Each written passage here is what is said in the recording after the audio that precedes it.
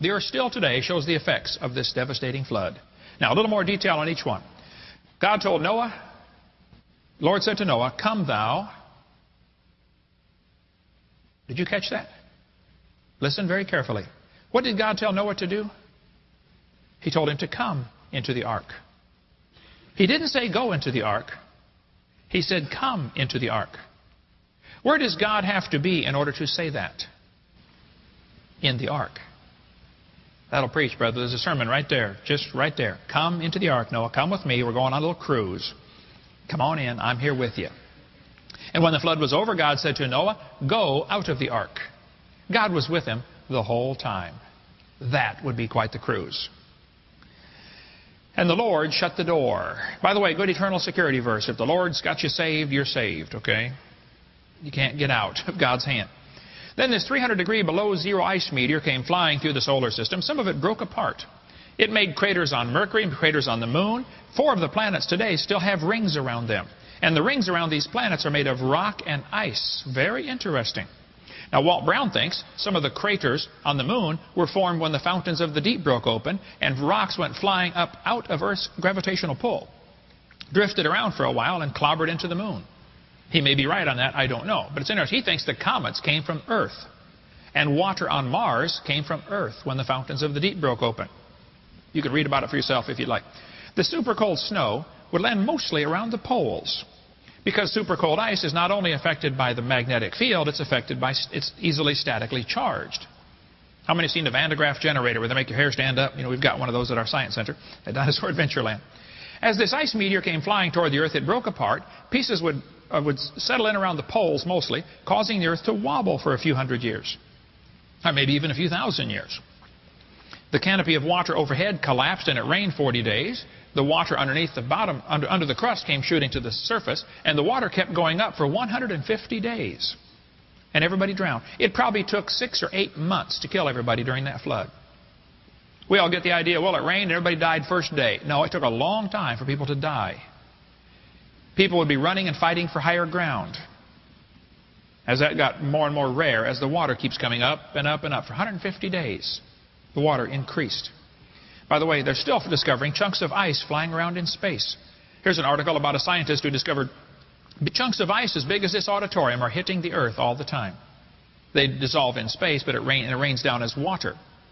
There's water everywhere in space. Science and Technology article here.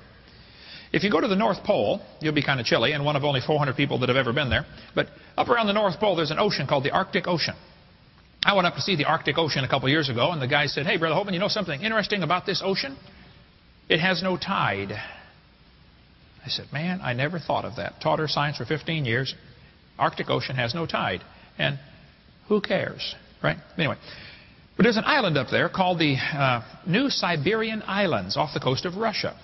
There on those New Siberian Islands, they find frozen bobcats, frozen lynx, frozen camels. What happened? When they drill down through the ice, when they get to the South Pole and drill through the ice, they find coal under the ice at the South Pole. I would like to point out, Your Honor, there are no trees in Antarctica. 0. Admiral Byrd went down there and said they saw frozen palm trees or palm leaves near the South Pole.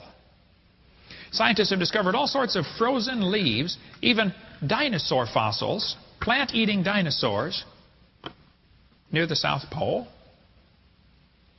Thousands of well-preserved leaves found in Antarctica. Leaves on the side of a cliff 250 miles from the South Pole. And the leaves still retain their original cellular structure and organic content. They're not petrified. They're preserved. They find dinosaurs, plant-eating dinosaurs, in northern Alaska. There are no trees up there. I was there. There's nothing. Not a blade of grass in most places. See, the Earth actually has 2 North Poles. We have a geographic North Pole where we spin around. We also have a magnetic North Pole in Canada where the compass actually points. Now here in Tennessee, it probably doesn't make a lick of difference. Your compass points north because both of them pretty much line up. But if you live in Alaska, your magnetic north is way different than the real north, and pilots have to learn to adjust for that. And who cares, right? Okay. I think what happened, the mammoths were up there chomping on their tropical flowers. It was a beautiful day. And it began to snow, super cold snow. They had never seen snow before. One of the mammoths looked at his buddy and he said, "Herman, this is peculiar weather we're having here. What is this white stuff falling out of the sky?" I said, "I don't know, but let's get out of here." They started running around trying to find a place to hide, and the snow got deeper and deeper and deeper, and they got stuck in the snow standing up, and they couldn't even fall down. How many of you have ever been in a snowdrift so deep you couldn't even fall over? You ever been in one of those? I think that's what happened to the mammoths. People say, well, the mammoths have long hair. They're designed for cold weather. No, mammoths are not designed for cold weather. A lot of animals in the jungle have long hair where it's hot, okay? If the temperature is 70 degrees, long hair is just simply a decoration. It's neither, and there's a lot of things about the mammoth that shows they are not designed for cold weather. There's a whole section just in this book about mammoths are not designed for cold weather. You can read all about that. So the mammoths, some of them, ended up frozen standing up in super cold ice, 300 below zero. As the ice goes pushing out toward the equator, it's going to carve out glacial grooves. If you live in Ohio, if you go out to Kelly's Island, you can go out in the Lake Erie and see the glacial grooves, scratches across the rock for miles. I think the ice age really happened, but it happened at the beginning of the flood. There are basically two theories among creationists about the ice age. One theory says the ice age caused the flood, which is what I believe. The other theory says the flood caused the ice age. A minor difference. I don't think it's worth fighting over. But either case, though, I think the flood or the ice age would last several hundred years after the flood. During the time after the flood, as populations are growing, if somebody misbehaves, instead of building a jail and putting them in there where you got to feed them for the rest of their life, just banish them. Say, get out of here. You can't stay with our civilization. And boy, if times were hard and just new struggling civilization like Gilligan's Island, being banished is punishment enough. Now, you're going to follow the Ice Age animals around and kill them and, leave your toolbox behind because you don't want to carry 50 pounds of rocks with you.